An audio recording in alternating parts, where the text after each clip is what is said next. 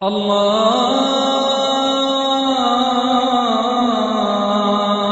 আকবার, আল্লাহু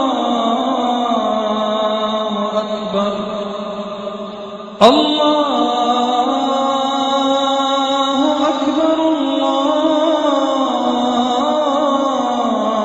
আকবার।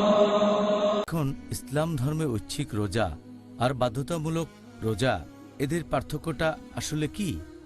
আপনি যদি ঐচ্ছিক রোজা আর বাধ্যতামূলক রোজার কথা বলেন, দুটোই আসলে একই রকম। যদি নিয়মের কথা বলে থাকেন তবে দুটো জিনিস আলাদা। এর একটা হচ্ছে নিয়ত, এখানে দুটোর মধ্যে পার্থক্য আছে। আর দ্বিতীয়টা হচ্ছে আমাদের নবী বলেছেন, যে লোক ঐচ্ছিক রোজা রাখে সে নিজেই তখন তার নেতা, সে যে কোনো সময় রোজা ভেঙে ফেলতে পারে। মুহাম্মদ সাল্লাল্লাহু আলাইহি ওয়াসাল্লামের একটা হাদিস এরকম কথা বলছে, এটা আছে সুনান আল নিসাইতে, বুক অব ফাস্টিং, হাদিস নাম্বার 2323, যে একবার নবী মুহাম্মদ সাল্লাল্লাহু আলাইহি ওয়াসাল্লাম জিজ্ঞেস করলেন আয়েশা রাদিয়াল্লাহু আনহাকে সকালবেলায় যে ঘরে কোনো খাবার আছে। আয়েশা বললেন না। তখন নবী বললেন তাহলে রোজা রাখছি।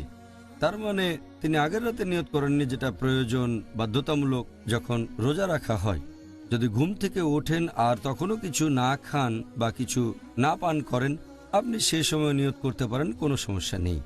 আর দ্বিতীয়টা নিয়ে যা বলেছি, যে ঐচ্ছিক রোজা যে পালন করবে সে নিজেই তখন তার নেতা, নিজেই সব, চাইলে যে কোনো সময় সে রোজা ভেঙে ফেলতে পারে।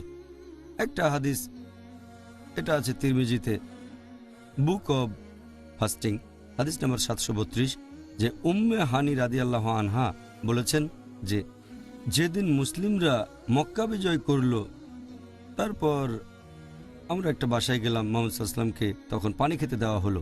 তিনি কিছুটা খেয়ে আমাকে দিলেন। তখন তিনি নবীকে বললেন যে আমি রোজা আছি।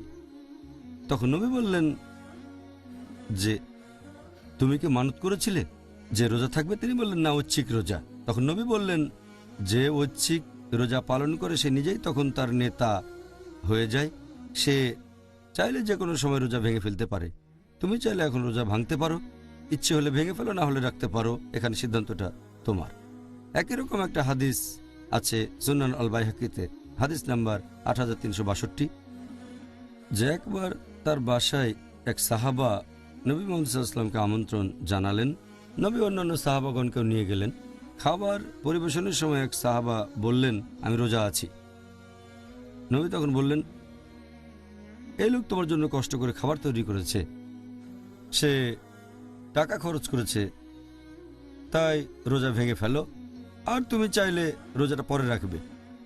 এই হাদিসগুলো থেকে জানতে পারছি এখানে নিয়ত বাধ্যতামূলক রোজার মতো না, যেখানে রোজার নিয়ত করতে হয় আগের রাতে।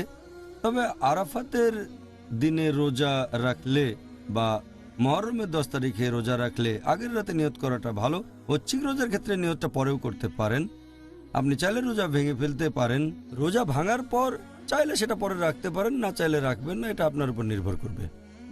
জাযাকাল্লাহ খায়ের। এই উত্তরের জন্য ডাক্তার। আল্লাহু আল্লাহু আল্লাহ।